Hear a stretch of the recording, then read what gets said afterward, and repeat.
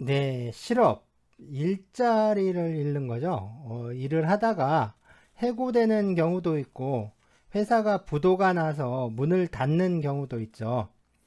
그러니까 학교를 졸업을 하고 일자리를 못 구하는 경우도 있습니다. 물론 이제 일하기 싫어서 그냥 좀 놀자, 아니면 좀 쉬자 하는 생각에 일을 그만두는 경우도 있는데요. 물론 이러한 이 자발적 실업은 실업에 포함시키지 않죠. 네, 실업이 문제가 되는 건 이 자본주의 사회에서 돈이 있어야 먹고 사는데 돈을 벌 수가 없으니까 생활이 곤란해진다는 점이겠죠. 좀 고상하게 표현을 하자면 그 소득 상실로 인한 경제적 불안정이라고 할 수가 있겠네요. 물론 실업이 문제가 되는 것은 이것뿐만이 아니죠. 실업은 이 실직을 한 사람이나 그 가족들에게 큰 스트레스가 되죠. 그리고 이 정체성이나 자신감을 상실하게 하고요. 또한 삶의 의욕을 상실을 하고 정신적 공황 상태를 초래하기도 합니다. 사회적으로 보자면 이 노동 의욕을 갖고 있는데 일자리를 구하지 못하게 되니까 결국 인적 자원을 효율적으로 사용하지 못한다라는 점에서 이 국민 경제에 경제적 손실을 미치게 되죠. 또 소득 상실로 인해서 유효 수요의 저하를 초래를 해서 경기 순환에 좀 부정적인 영향을 끼치기도 합니다. 실업이 증가하면 이 범죄나 자살률이 증가하게 되고 또 가족 관계의 해체를 야기하기도 합니다. 또한 이 실업의 발생과 증가가 사회적 소요와 계급 또는 계층 갈등을 고조시킴으로써 이 정치적 불안정을 야기할 수도 있다는 점에서 실업은 중대한 사회적 위험이라고 할 수가 있습니다. 그러면 이 실업의 유형인데요. 먼저 네, 계절적 실업이 있습니다. 실업의 유형 중에서 그 역사가 가장 오래된 것이 이 계절적 실업인데요. 예를 들어 겨울에 이 문을 열었던 스키장이 봄이 되어 문을 닫게 되면 스키장에서 일하던 인력들은 그 다른 일자리를 구해야 되겠죠. 이것처럼 계절에 따라 생산 활동이 변화하면서 발생하는 실업이라고 할 수가 있습니다. 다음으로 이 국민 경제가 좀 주기적으로 순환하는 것에 기인해서 발생하는 이 경기적 실업이 있는데요. 국민 경제 전체로 보면 총 수요와 총 공급의 관계에 따라 이 호경기와 불경기가 서로 순환을 하게 되는데요. 이러한 경기 변동에 의해서 발생하는 실업을 경기적 실업이라고 합니다.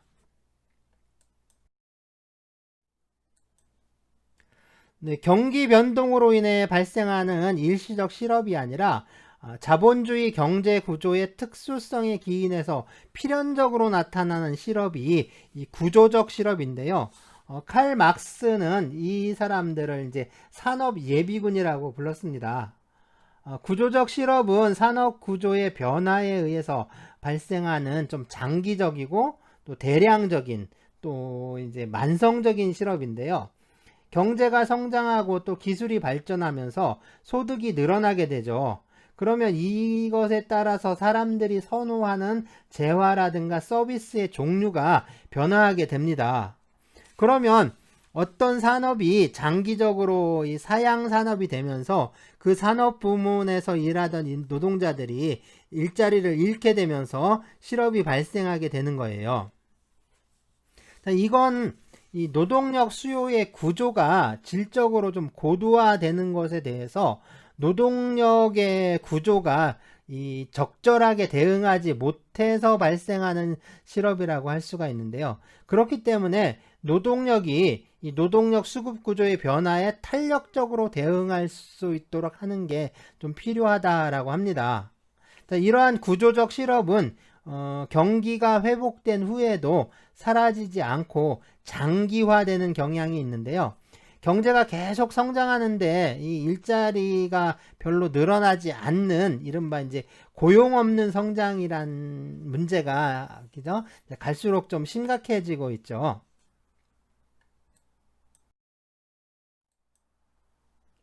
네, 다른 지역이나 뭐 다른 직장 또는 이 다른 직업으로 바꾸려고 할 때 뭐 여러 가지 절차나 좀 시간이 필요한데요.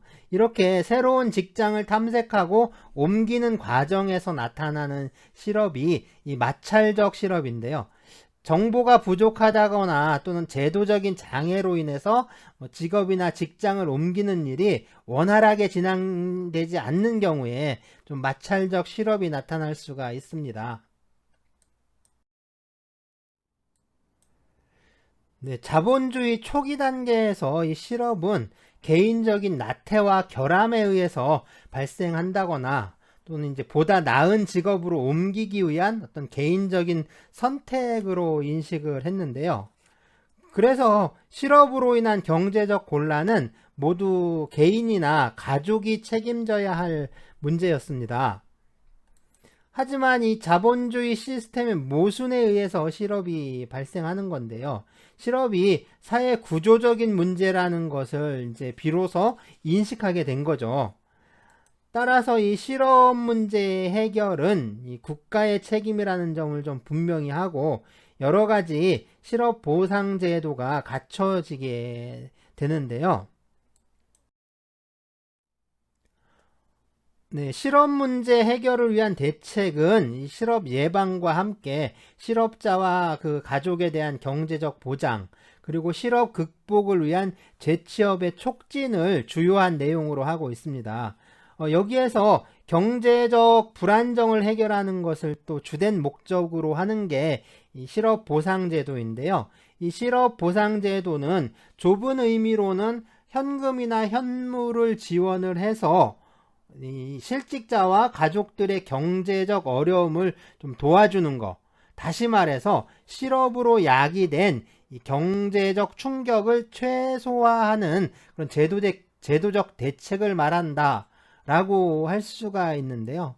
넓은 의미의 이 보면 이게 넓은 의미에서 보자면 실업 발생을 억제를 하고 재취업을 촉진하기 위한 대책도 이 실업보상제도에 포함시킬 수가 있습니다. 네, 역사적으로 이 실업보상제도는요, 이 좁은 의미의 실업보상이라고 할 수 있는 이 실업부조라든가 실업보험에서 출발을 합니다.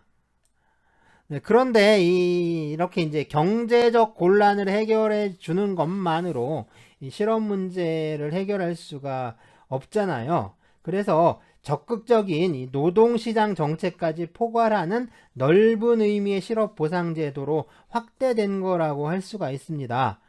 네, 실업보상제도의 내용이나 유형은 나라마다 다 다르다고 할 수 있는데요. 그래서 넓은 의미의 적극적 실업 대책까지 이제 포괄하는 나라도 있고 또 반대로 최소한의 그 경제적 지원만을 해주는 나라도 있고 뭐 그렇습니다. 어쨌든 실업 문제가 갈수록 심각해지니까 이 실업 보상 제도가 이 사회 보장의 핵심 문제라고 할 수가 있겠죠.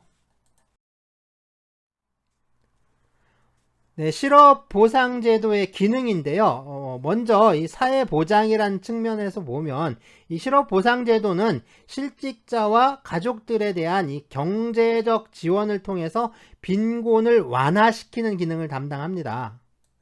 두 번째는 사회적 측면인데요. 이 실업 발생이 고소득층보다는 주로 저소득층에 집중되어 나타나죠. 그러니까 실업보상제도는 사회적인 불평등 구조가 심화되는 것을 좀 완화하고 사회 연대를 성취하는 기능을 담당한다라고 할 수가 있습니다. 네, 세 번째는 경제적 측면인데, 네, 이건 잠시 후에 다시 보기로 하고요. 마지막으로 이제 정치적 측면에서 이 실업보상제도는 이 계층 간의 갈등, 특히 이제 노동자와 자본가 사이의 이 계급적 긴장과 갈등을 완화하는 역할을 하는데요. 이렇게 해서 이 사회적 통합을 도모하는 거예요. 이렇게 이제 사회적 통합력이 높아짐으로써 정치적 안정과 사회적 연대를 증진시킬 수 있게 되는 겁니다. 네, 경제적 측면에서의 실업보상제도의 기능인데요. 먼저 실업 기간 동안에 경제적 지원을 함으로써 실업자의 노동력을 보존할 수 있게 되죠. 따라서 국민 경제의 주요한 생산 요소를 유지하고 보존하는 기능을 하게 됩니다. 또 이제 불황기에는 실업 보상 제도를 통해서 이 그러니까 재정 지출이 증가가 되고 그 유효 수요를 발생시키게 되죠. 이것처럼 실업 보상 제도는 이 경기 조절의 기제로서 그 기능을 담당하게 돼요. 네, 한편으로 이 실업 보상 제도를 통해서 실업자는 자신에게 적합한 새로운 직장을 얻을 수 있겠죠. 국민 경제의 측면에서 보면 인력의 원활한 재배치라고 할 수가 있죠. 또 각종 노동시장 프로그램을 운영해서 인적 자본을 좀 개발을 하고 고양시킨다는 점에서 인력 정책적 기능을 담당한다라고 할 수가 있습니다. 자, 마지막으로 이 구인과 구직을 또 적절하게 연계시켜서요. 노동력의 수급을 좀 원활하게 한다는 점에서 보면 이 노동시장을 종합적으로 조절하는 기능을 수행하고 있다라고 할 수가 있습니다. 그런데 이 실업보상제도가 꼭 긍정적인 효과만 있는 건 아니고요. 반대로 이 부정적인 효과를 보이기도 하는데요. 실업 기간 동안에 이 경제적 지원을 받을 수 있게 되니까 오히려 실업이 증대되는 현상을 유발하기도 하죠. 일정한 기간 동안 실업급여를 받을 수 있으니까 그 기간은 취업을 하지 않는 거예요. 또 기업의 노동 비용을 증대시키기도 하는데요.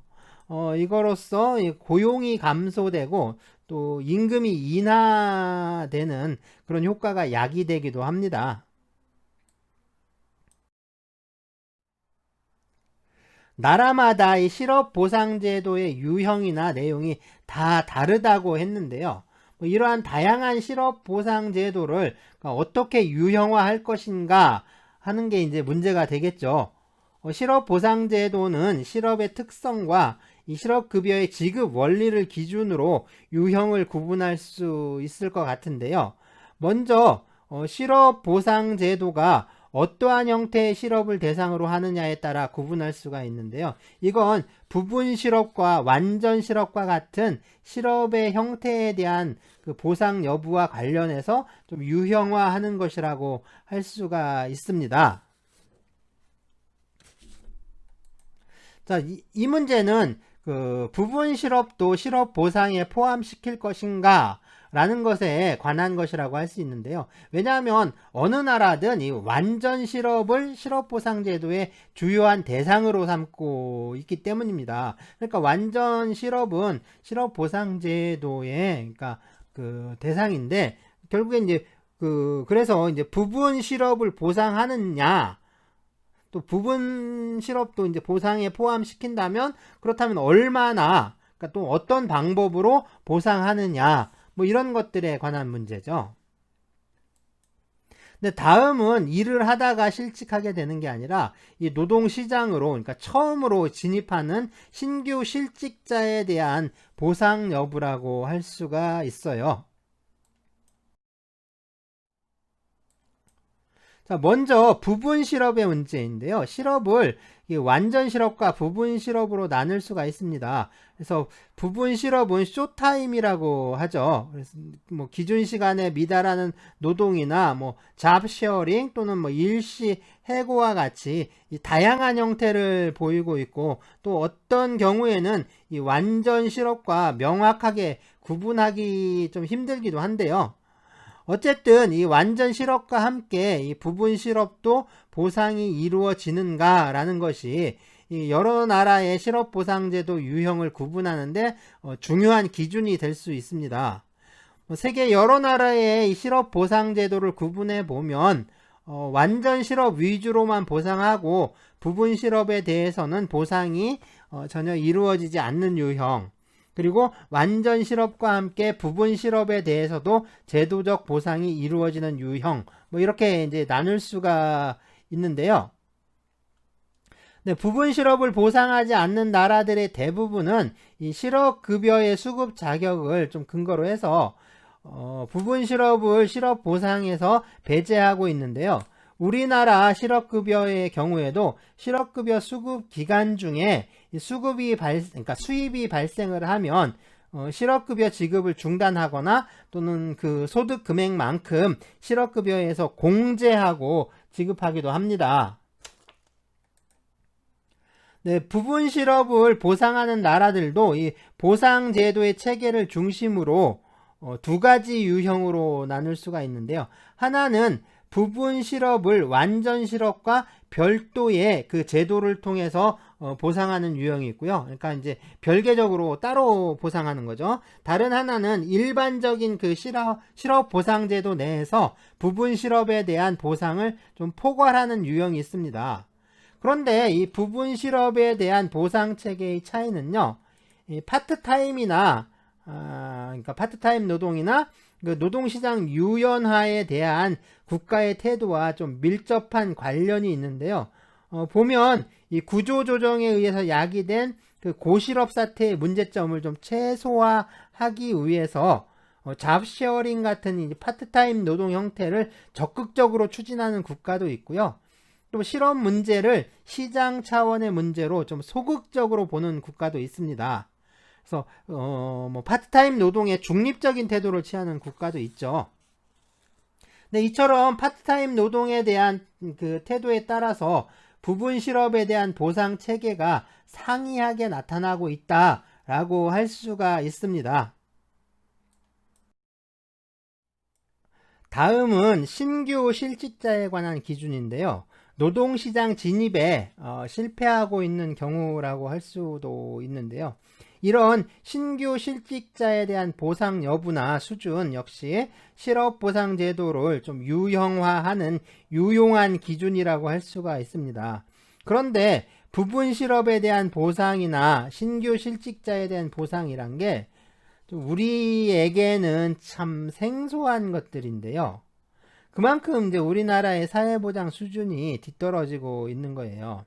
그러니까 우리나라의 많은 것들, 뭐 정치나 경제, 뭐 사회제도, 교육이나 학문, 뭐 이런 것들이 미국의 영향을 많이 받고 있는데, 그러다 보니까 미국에 없는 것들은 많이 생소하게 느껴지는데요. 어떻게 보면 아주 당연한 것들도 당연하지 않은 것처럼 느껴지게 되죠.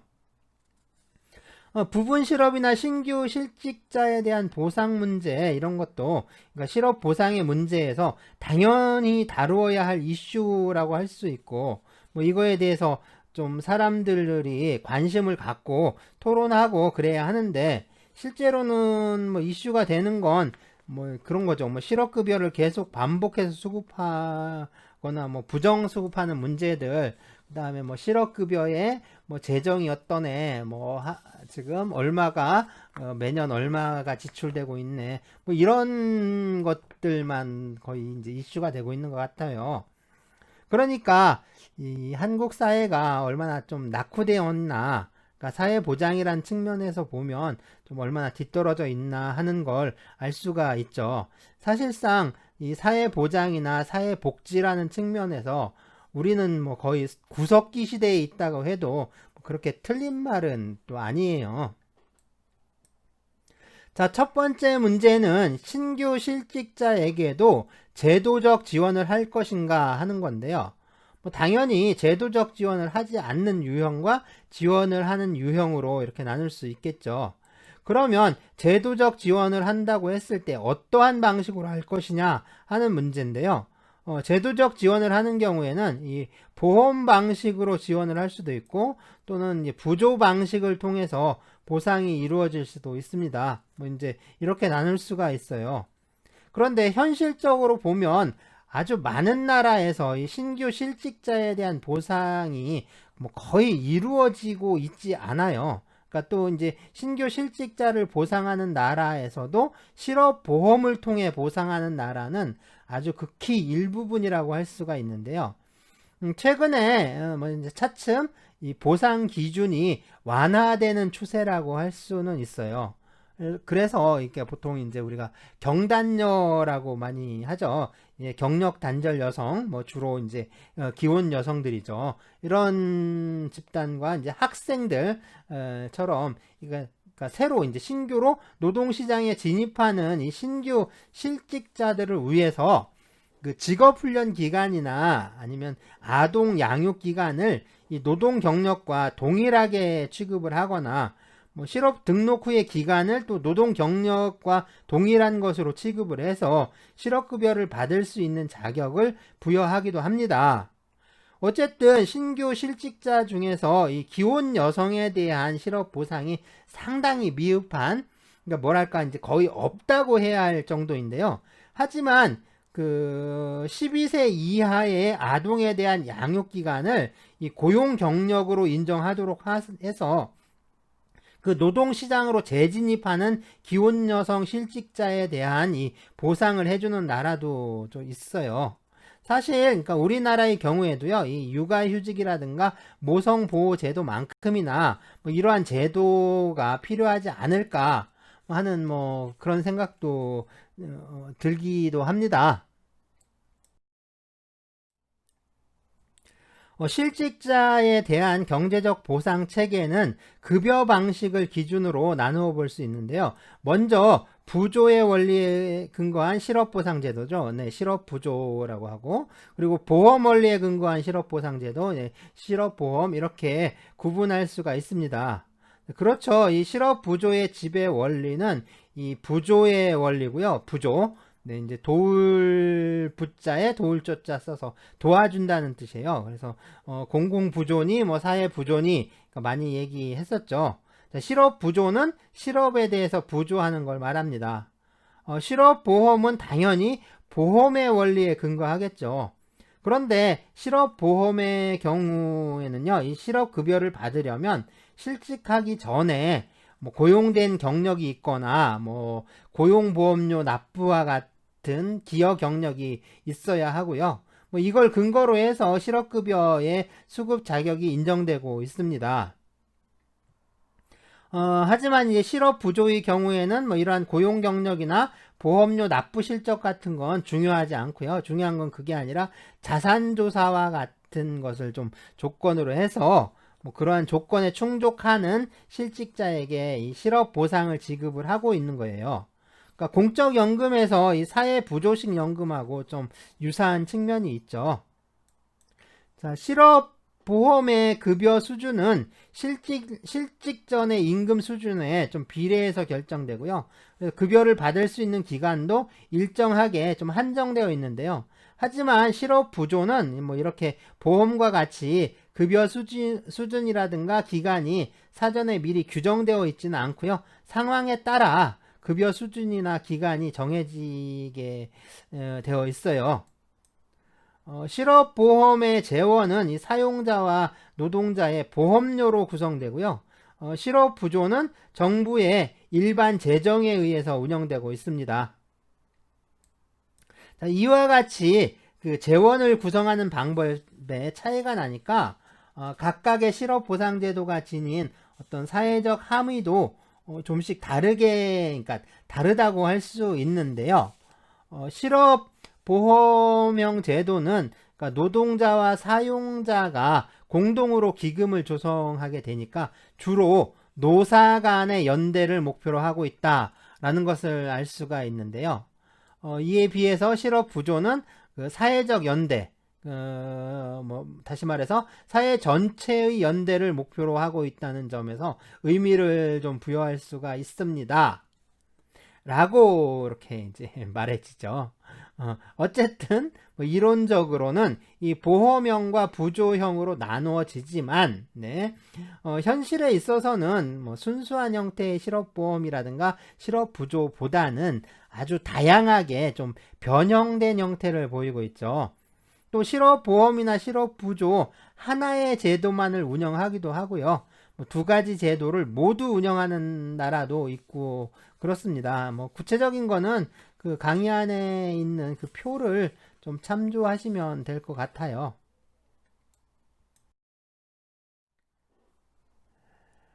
자, 이제 먼저 보험형 실업보상제도죠. 이제 실업보험, 실업보험에 대해서 좀 살펴보기로 하겠습니다. 이 실업보험은 보험의 원리에 입각한 실업보상제도이긴 한데요. 순수한 보험 원리로부터 상당 부분 변형되어서 다양한 형태로 운영된다라는 게 특징입니다. 변형을 초래하는 건 당연히 이 소득 재분배라는 사회보장의 취지라고 할 수가 있죠. 그래서 급여 수준이 이 저소득층에게 유리하게 결정되도록 급여 체계가 이루어지고 있어요. 우리 이제 실업급여의 경우에도 실업급여 최저액과 최고액이 정해져 있는데요. 이것처럼 저소득층 실직자라고 하더라도 최소한의 급여가 보장되도록 하고 있습니다. 그러니까 이제 그러니까 소득 재분배라는 이 사회보장의 이념이 적용된 결과라고 할 수 있는데요. 자, 이것을 실현하는 방법은 좀 다양하게 나타나고 있죠. 또 이 실업급여를 결정할 때 뭐 이제 가족 상황이 반영되도록 하기도 하는데요. 뭐 모든 나라들이 다 그런 건 아니고요. 뭐 OECD 국가 중에 이제 절반 정도가 뭐 이러한 혜택을 부여하고 있다라고 합니다. 또 일부 국가의 경우에는 고용 경력이 미흡한 실직자에게도 뭐 실업급여를 지급한다거나, 그 다음에 이제 장기 실직자에게 장기 실직자에게는 급여 기간을 초과해도 계속해서 실업급여를 제공하기도 하는데요. 역시 기여와 급여가 비례해야 한다라는 이 순수한 보험 원리가 좀 변형된 사례라고 할 수가 있습니다. 또한 기여에 비례하거나 소득에 비례해서 급여를 지급하는 이 보험 원리에 따라 실업급여를 지급할 때 소득 계층 간의 불평등을 심화시킬 수 있기 때문에 이 계층 간의 재분배의 취지로요, 실업급여에 과세를 하기도 합니다. 그러니까 많은 나라들에서 과세가 되고 있는데요. 우리나라는 아직 실업급여에 대해서 세금을 부과하지는 않고 있죠.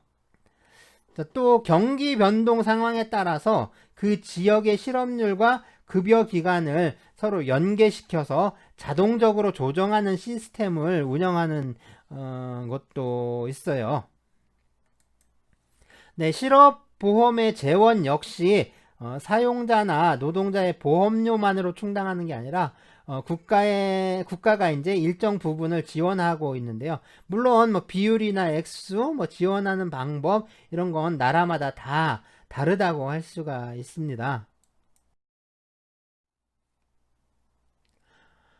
다음은 실업부조 제도인데요. 이 실업보험이 실업의 위험에 직면할 수 있는 그 모든 노동 계층이, 그러니까 이제 뭐 노동 기간 동안에 보험료를 납부를 하고 실직했을 때 이 보험 기금에서 실업급여를 통해서 경제적 안정을 도모하고요. 또 재취업이 원활하게 이루어질 수 있도록 한다.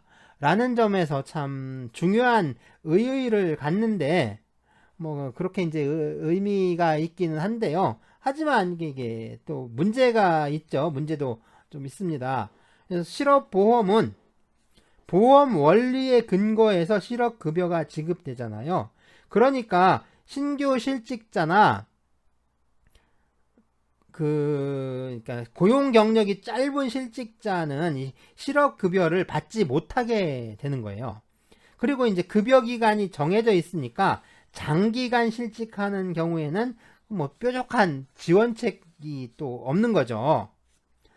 또 이제 기여와 급여가 서로 비례하다 보니까 오히려 경제적 지원이 더 절실한 이 저소득층이나 취약 집단에 대한 지원은 또 미흡하게 되거나 아예 지원이 안 되는 결과가 발생하기도 하죠.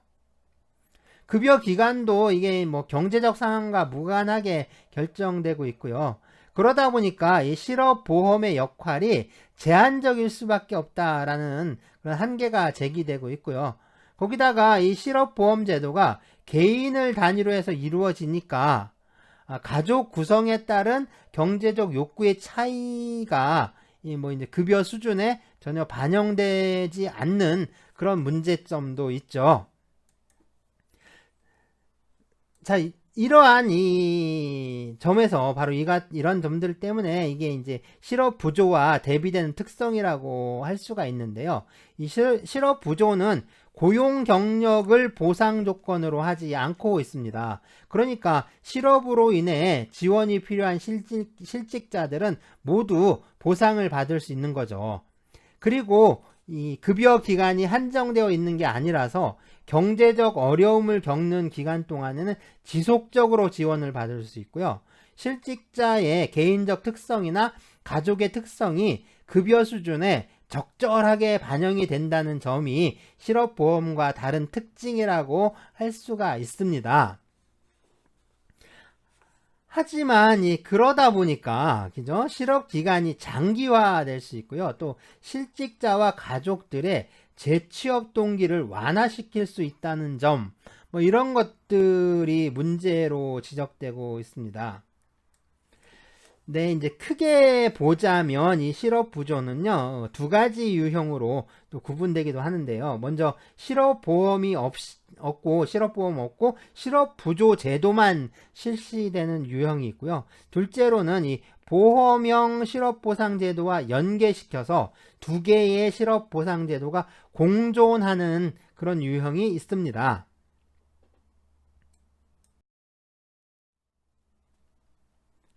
두 가지 유형의 실업 부조가 모두 부조 원리에 의해 운영된다는 점은 뭐 이제 같다라고 할 수 있지만 뭐 구체적인 측면에서 보면 상당히 많이 다른데요. 실업 부조와 이 실업 보험을 병존적으로 운영하는 나라에서는요, 실업 보험에서 지급받을 수 있는 실업 급여를 모두 그 지급받은 실직자나 또는 이제 고용 경력이 짧아서 보험 급여를 못 받는 그런 실직자들이 주로 실업 부조를 받게 되는데요.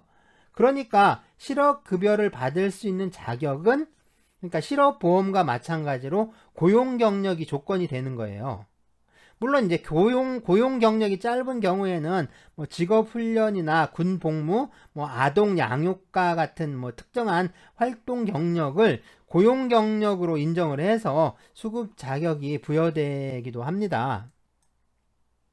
하지만 이 실업부조 제도만, 그러니까 부조 제도만 운영하는 나라에서는 고용 경력과 상관없이 경제적 궁핍을 겪고 있는 실직자는 모두 실업급여의 수급 자격을 취득하게 되죠. 공공부조나 사회부조에서 보았듯이 실업부조 제도의 특징은요, 이 실직자의 자산조사를 통해서 수급 자격을 결정한다라는 것인데요. 하지만 이 실업보험과 실업부조가 병존하는 이중형 체계에 있으면서도 또 자본조사를 실시하지 않는 나라들도 있는데요. 뭐 이런 국가들을 보면 신규 실직자도 실업부조의 적용 대상이 되고 있다라는 점이 좀 특징적이라고 할 수가 있습니다. 하지만 대체로 많은 나라들이 실직자가 실업보험의 수급 자격을 상실하면 이 자산조사를 통해서 그러니까 실업부조 급여를 지급하고 있고요. 물론 실업부조 없이 이 실업보험만 시행하는 국가도 있는데요. 뭐 경우에 따라서 특정한 조건에 충당하는 경우에 실업급여 지급기간을 좀 연장하는 이 연장급여를 실시하는 경우도 있습니다. 뭐 이렇게 실업보험과 실업부조의 특성에 대해서 살펴보았는데요. 각국의 실업보상제도의 상황에 대해서는 도표로 정리해 두었죠. 네, 참고하시고요. 뭐 이게 좀 시기적으로 약간 좀 지난 거라서 좀 예전 이야기이긴 한데 그러니까 이제 그냥 참고만 하시고 네, 도표 있죠. 그래서 국가별 실업보상제도의 주요 특징에 대해서 이렇게 지금 말하는 겁니다.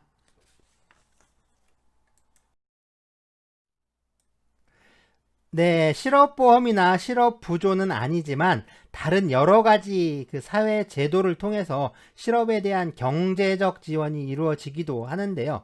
뭐 예를 들면 아동수당이나 뭐 주택수당과 같은 복지 제도는 뭐 실업이나 실직자만을 대상으로 하는 건 아니죠. 하지만 이 실업으로 인한 경제적 궁핍을 최소화하면서 안정적 생활을 영위할 수 있는 그런 제도적 기반이 된다라는 점에서 아주 중요한 의미를 지닌다고 할 수가 있습니다. 네, 우리나라의 경우에 1990년대 말에 대량의 실업 사태로 사회적으로 상당한 어려움을 겪었는데요. 고용보험 제도도 없었고 또 관련된 사회보장 제도도 없거나 아주 미흡한 형편이었습니다. 이건 실업 문제에 대처하는 정책이나 방향이 그러니까 단순히 실업보상제도에 국한되는 게 아니라 사회보장제도 전반의 발전과 연계시켜서 모색해야 한다라는 걸 좀 의미하는 것이라고 할 수가 있어요. 다른 한편으로 실업 문제에 대한 대응이 이 중앙정부뿐만 아니라 지방정부 차원에서도 많이 이루어지고 있는데요. 이러한 지원이 실직자에게 중요한 의미를 지닌다는 점에서 또 이제 주목할 만은 네, 하지만 주목할 만한데 네, 이제 지방정부의 어떤 재정적 상황에 따라서 이 지원이 불안정해질 수 있다는 한계를 지니고 있다는 점 그리고 이러한 그러니까 지방 재정의 미흡으로 실직 이외에 다른 조건들 뭐 예를 들자면 뭐 부양 아동이 있는지 뭐 장애가 있는지 하는 뭐 이런 조건들이 부수적으로 요구되는 경우가 많다는 점 또 급여 지원에 대해서 특정한 재교육 프로그램 같은데 참가가 요구된다는 점에서 사회보장의 의미가 좀 약하다라고 할 수가 있겠죠. 아직까지 지방정부 차원의 실업지원 제도가 이 실직자의 경제적 불안정 해결에 얼마나 도움이 되는지 뭐 명확하지는 않은데요. 그렇지만 이러한 제도들이 실업보험이나 실업부조와 함께 실업보상제도의 한 중요한 한 축이 될 수 있다는 점에서 지방정부에 의한 지원 제도 역시 충분히 고려해 봐야 한다. 뭐 이렇게 이제 말할 수가 있겠죠.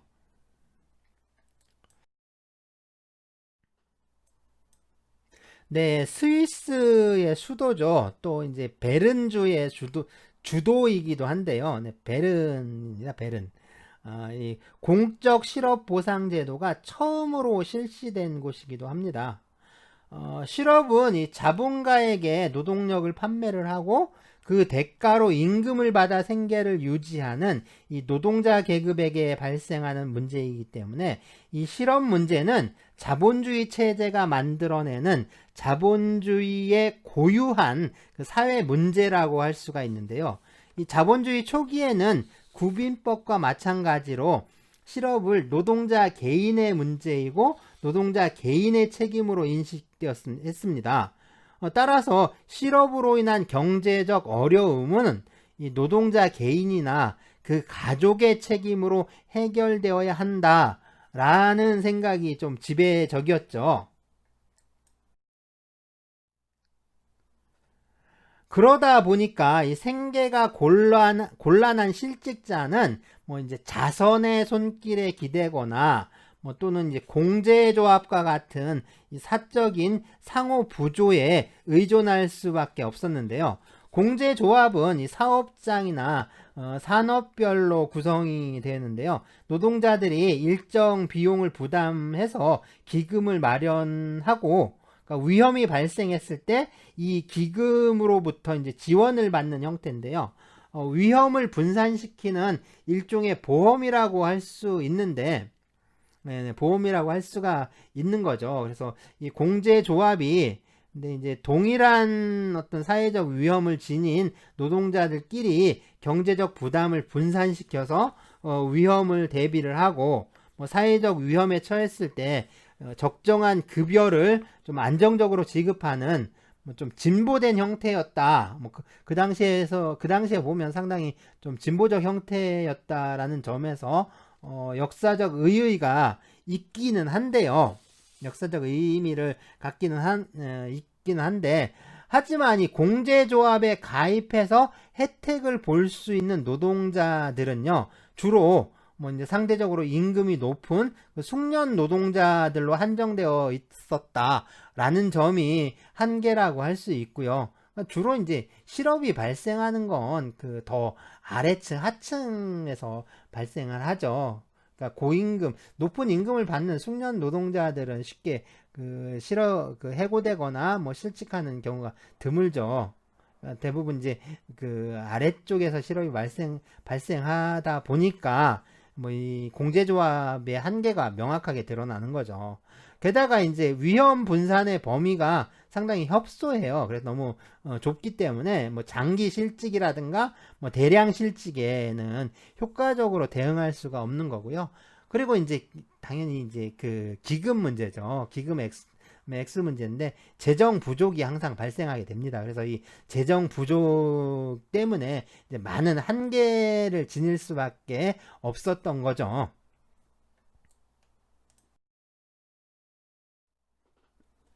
네, 또 이제 사용자에 의한 그 임의적인 보상 제도도 있었는데요. 이건 이제 사용자가 사업장 내에 노동자를 위해서 기금을 조성을 해서 실업 보상을 행하는 방식입니다.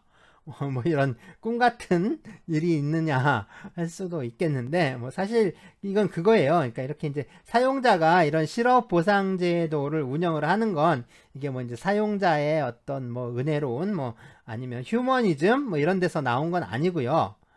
이게 뭐 이제 자본가의 은혜라든가 자선이 아니라 이건 철저하게 계산된 행동이라는 건데요. 주로 뭐 충분한 이제 노동력 풀을 조성을 해놓고 노동력의 수급을 안정되게 확보하려는 측면이라고 할 수가 있어요. 특히 이제 오랜 시간에 걸쳐서 이제 양성된 고급 노동력을 그 다른 기업에게 이제 빼앗기지 않으려는 목적으로 운영된 어떻게 보면 이제 자본주의 초기 단계의 실업 대책이라고 할 수가 있는 거죠. 근데 조합처럼 이게 이제 공제조합과 마찬가지로 이 재정적 한계가 있을 수밖에 없고요.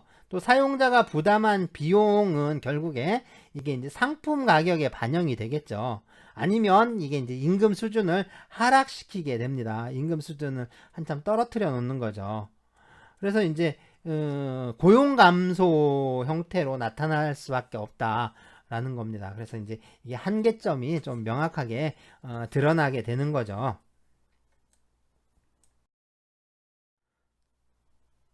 네, 이제 사적인 실업 대책의 한계는 결국에 정부의 개입을 통한 공적인 실업 보상 제도의 도입을 좀 유도하게 되는데요.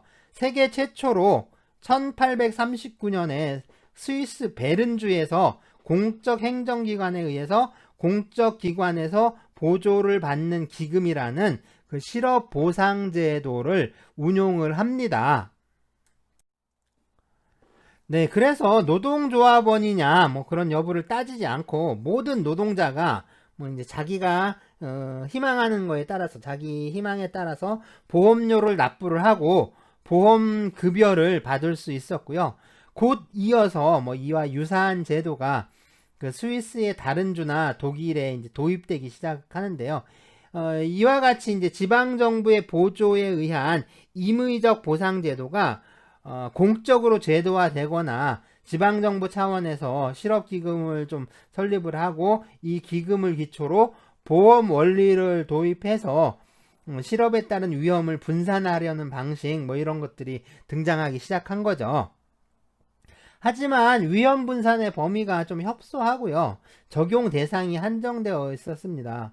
무엇보다 그렇죠. 이제 재원 부족으로 이 그러니까 대량 실업 문제에 대해서는 적절하게 대응할 수가 없다. 그러니까 한계가 좀 분명했던 거죠. 뭐 이러한 점들이 그러니까 국가 차원의 실업 보상 대책을 좀 수립하는 배경이 되었다라고 할 수가 있습니다. 네, 여기는 스위스가 아니라 이제 프랑스인데요. 실업보험이 최초로 실시된 게 1905년 그 프랑스입니다. 그래서 1906년 노르웨이, 그 다음에 1907년 덴마크에서도 이 실업보험이 실시가 되는데요. 이때 실업보험은 이 노동자 중심의 자주적 실업공제 기금에 국가가 보조하는 임의적 실업보험 제도였고요. 노동조합 가입 여부와 상관없이 일정 조건에 해당하는 노동자들에게 강제로 보험을 적용하는 그런 실업보험은 1911년 영국에서 처음으로 실시가 됩니다. 이게 영국의 로이드 조지 정부가 도입했던 영국의 국민보험이었죠. 국가에 의한 강제적 실업보험 제도가 이제 시작이 된 건데요. 그 후에 뭐 1차 대전과 2차 대전 그리고 대공황을 겪으면서 실업보험 제도가 사회보장의 중요한 제도로서 그리고 대표적인 실업보상 제도로 도입되고 또 자리 잡게 됩니다. 각 나라마다 실업보험이 도입된 시기에 대해서는 도표로 정리해 놓았는데요. 1900년대에서 1940년대 사이에 좀 많이 도입이 됐죠. 그래서 2차 대전 이후로 실업보상제도가 더욱 발전을 하게 됩니다. 1960년대 말에는 실업보상제도가 더욱 발전되고 또 이제 제도 체계에서도 상당한 변화가 나타나는데요. 이렇게 실업보험이 실업보상제도의 중심으로 자리를 잡아가면서 일부 국가에서는 이제 실업부조제도를 부가적으로 도입하게 된 거죠.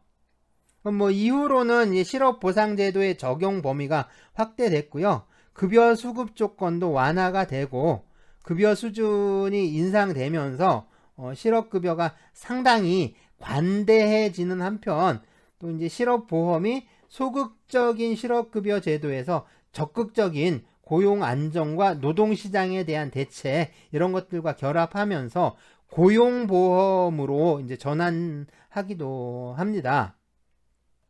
네, 1970년대부터 80년대, 90년대의 이 실업보상제도의 변화에 대해서는 한번 읽어보시고요. 그냥 이런 일이 있었구나 하는 정도로 간단하게 뭐 한번 쭉 읽어보시면 돼요. 그러니까 쭉 한번 읽어보시기 바랍니다. 1980년대 이전까지 실업보상제도가 실업으로 인한 경제적 불안정을 해소하고 구직 노력을 보조하는 그런 토대가 되기 때문에 이 실업 문제 해결에 좀 긍정적인 영향을 준다라고 생각을 했었는데요. 하지만 1980년대 이후로 이 대량 실업 사태가 일어나고 또 이제 고실업 구조에 맞닥뜨리면서 실업급여를 지급하는 것이 오히려 실업자들의 구직 노력을 감소시키는 역효과를 내고 있다라는 주장이 제기되기 시작했는데요. 실업보상제도의 그 실업률에 대한 영향도 이것도 이제 한번 읽어보시고요. 뭐 결론적으로 말하자면 실업급여에 부정적인 영향이 아예 없다라고 할 수는 없지만 그렇다고 실업보상제도의 필요성을 부인할 수 정도, 그러니까 부인할 수 있는 정도는 아니라고 좀 생각이 됩니다. 예, 관련된 연구들이 여러 측면에서 좀 제한적일 수밖에 없고요. 좀 더 심층적인 분석과 연구가 필요하다라고 할 수가 있겠죠. 역시 이 부분도 한번 그냥 쓱 하고 읽어보시기 바랍니다.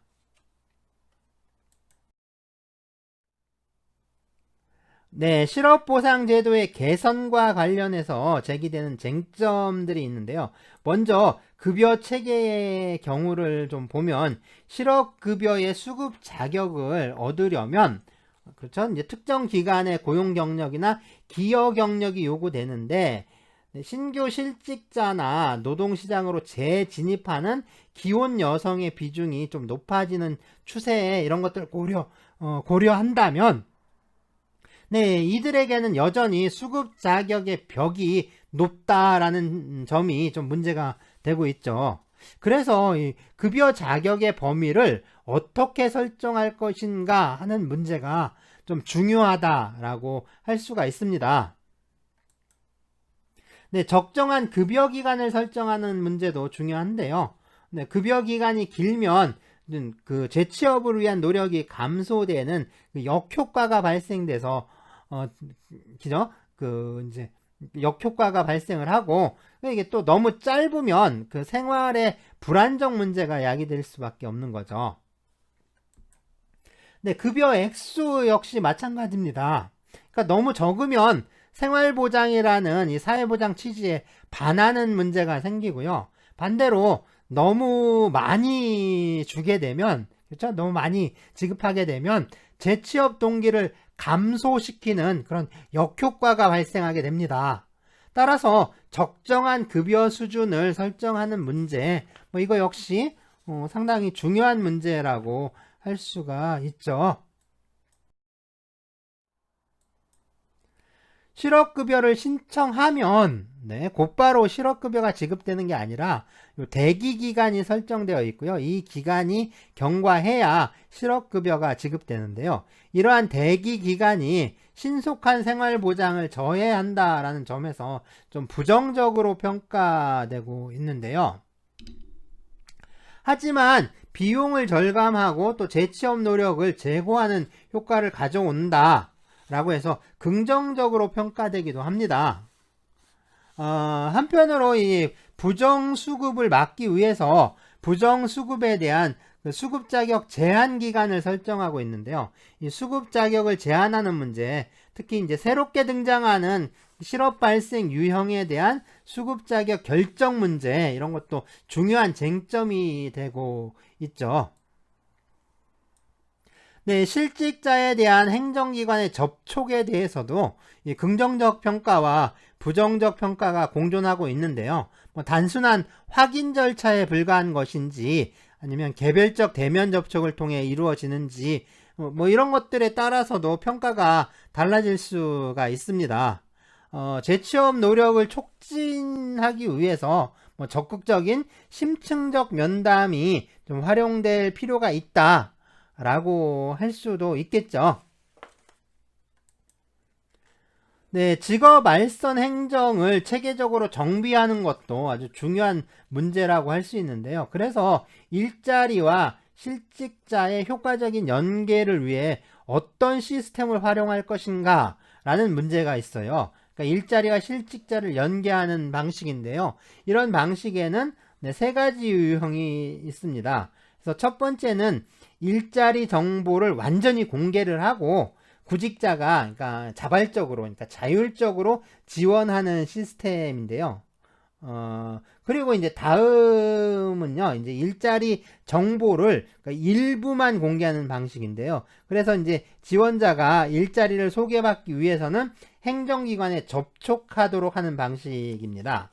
마지막으로 행정기관에서 그 일자리에 관련된 그런 자격을 지닌 그런 실직자만 지원하도록 그 지정하는 직접적 연계 방식이 있어요. 어떤 방식이 더 효과적이고 또 어떤 방식은 효과가 덜하다 이렇게 말할 수는 없고요. 기관이나 지역에 따라 이 세 가지 방식을 좀 적정히 혼용해서 활용하고 있다라고 할 수가 있습니다. 네, 실직자에 대한 직업훈련 프로그램이나 직업 창출 프로그램을 운영하는 방식인데요. 역시 세 가지 유형으로 이렇게 구분할 수가 있어요. 첫 번째는 아주 흔히 자유방임주의 모델이라고 부르는데요. 행정기관의 개입이 없이, 그러니까 참여할 의사가 있는 사람만 참여하는 방식입니다. 재취업 효과의 제고라든가 소송 비용의 절감, 그리고 실직자의 자유선택권 보장이라는 측면에서는 좀 긍정적으로 평가되고 있고요.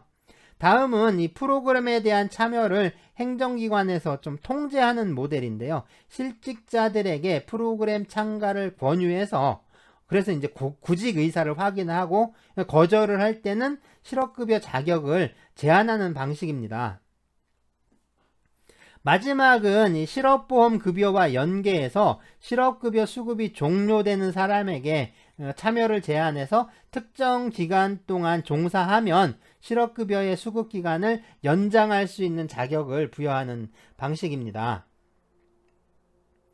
실직자의 재취업을 촉진하기 위한 이 적극적 노동시장 정책과 또 이제 실업보상제도와의 연계 방안에 대한 관심이 증대하고 있는 건 사실이긴 한데요. 무엇이 실업률을 완화하고 또 경제적 문제를 해결하는데 효과적인지 그건요 뭐 아직까지 명확한 결론을 내릴 수 있는 상황은 아니고요. 뭐 어쨌든 그래서 뭐 이러한 연계 방안을 어떻게 설정할 것인가 하는 것도 이 실업보상제도의 중요한 쟁점이 되고 있습니다.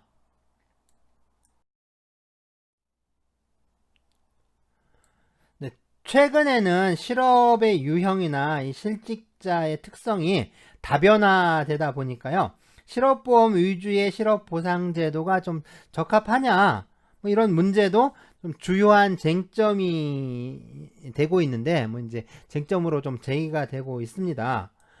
먼저 이 실업보험은 보면 정규직 남성 노동자의 어떤 단기 실업이라든가 또 완전 실업을 실업의 전형으로 전제를 하고 마련된 제도라고 할 수가 있는데요. 하지만 실업의 유형이 이 단기 실업에서 좀 장기 실업으로 그리고 또 이제 실직자 구성도요. 뭐 청년이나 뭐 노령자, 기혼 여성 뭐 이렇게 이제 점차 늘어나고 있죠. 그래서 실업 부조 제도를 좀 신설을 해서 실업 보험을 보완한다거나 뭐 또 이제 뭐 다른 내용으로 실업 보험 제도의 내용들을 좀 개선하는 조치가 모색되고 또 적용되어 왔습니다. 네, 더군다나 이 장기 실업자나 또 저소득 계층에서처럼 실업보상제도가 적절한 그 경제적 지원을 해주지 못하기 때문에 네, 사회보장제도로서의 기능이 좀 약화되고 있다는 문제가 제기되고 있는 상황이라고 할 수가 있는데요. 이런 계층 간의 불평등이라는 그 한계를 극복하기 위해서 그 정확한 평가와 또 이제 새로운 제도적 모색이 필요하다라고 또 말할 수가 있겠죠. 또 한편으로 이 실업 보상에서 제외된 실직자의 문제를 그 해결하기 위한 뭐 이제 관련 제도 간의 뭐 효과적인 연계도 필요한데요.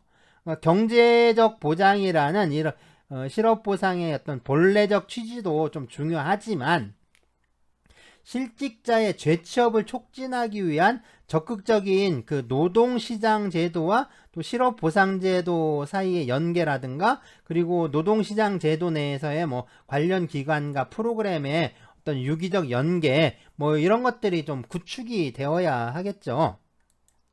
자, 마지막으로는 이 실업자의 재취업을 촉진하고 또 적정한 생활 수준을 보장하기 위해서는 국가와 또 지방정부 그리고 민간기업, 사회 구성원 전체의 상호 협력 체제가 구축될 필요가 있다라고 할 수가 있습니다.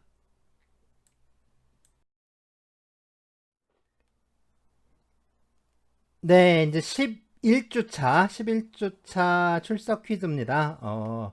누군지 아시죠? 그리스 로마 신화에 나오는데 우리 학교 교훈에도 있습니다. 교훈에 있는데 무슨 여신 뭐 이렇게 적으면 안 되고요. 뭐 이름을 적어야 돼요. 이름. 그러니까 학교 교훈에 그 라틴어로 이름이 나오는데 그걸 적으면 됩니다. 뭐 한글로 적어도 되고 뭐 영문으로 적어도 상관없는데요. 우리말로 이제 번역한 개념이 아니라 그러니까 원래 이름을 적어야 되는 거죠. 그러니까 이제 물론 그 그리스어로 된 이름을 적어도 상관없습니다. 그러니까 그리스식 이름도 있어요. 그래서 그리스식 이름으로 적어도 상관은 없고요. 이제 뭐 라틴어로 되어 있는 그걸 적어도 상관은 없어요. 그래서 발음이 조금 우리 영어 발음하고 좀 다른데 뭐 이제 그건 뭐 상관없고요. 뭐 영문으로 적든 아니면 그 한글로 적든 이렇게 적으면 됩니다. 자, 그래서 이게 이제 뭐랄까 그 그리스 로마 신화에 나오는 그 그래서 이제 로마 신화죠. 이제 그리스 신화 이름이 따로 있고 로마 신화의 이름이 우리 학교 교훈이 됐는데 이게 우리 학교 교훈 세 개가 있는데 그 중에 하나예요. 그래서 학교 교훈의 하나이기도 한 그러니까 이 양반 이분의 이름은 이분의 이름은 무엇이냐 하는 게 이번 주 11주차 출석 퀴즈입니다. 네. 이분 이름은 무엇일까요? 네, 적어주시면 돼요.